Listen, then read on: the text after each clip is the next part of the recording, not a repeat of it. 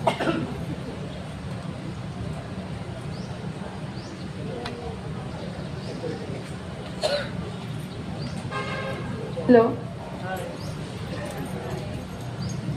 Yayaman kayo po na tanging mag-ina. Ang inarayang galak na walang hanggan. Kaya't sa tuwa ko'y sa aklat nakita.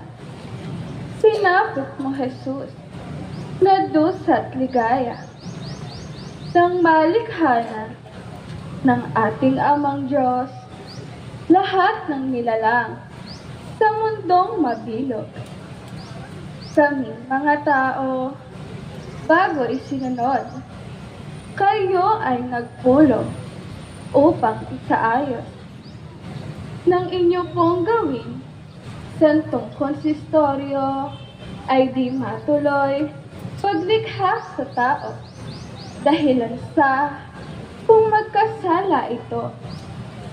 Dungis ng larawan, sasagot ay si.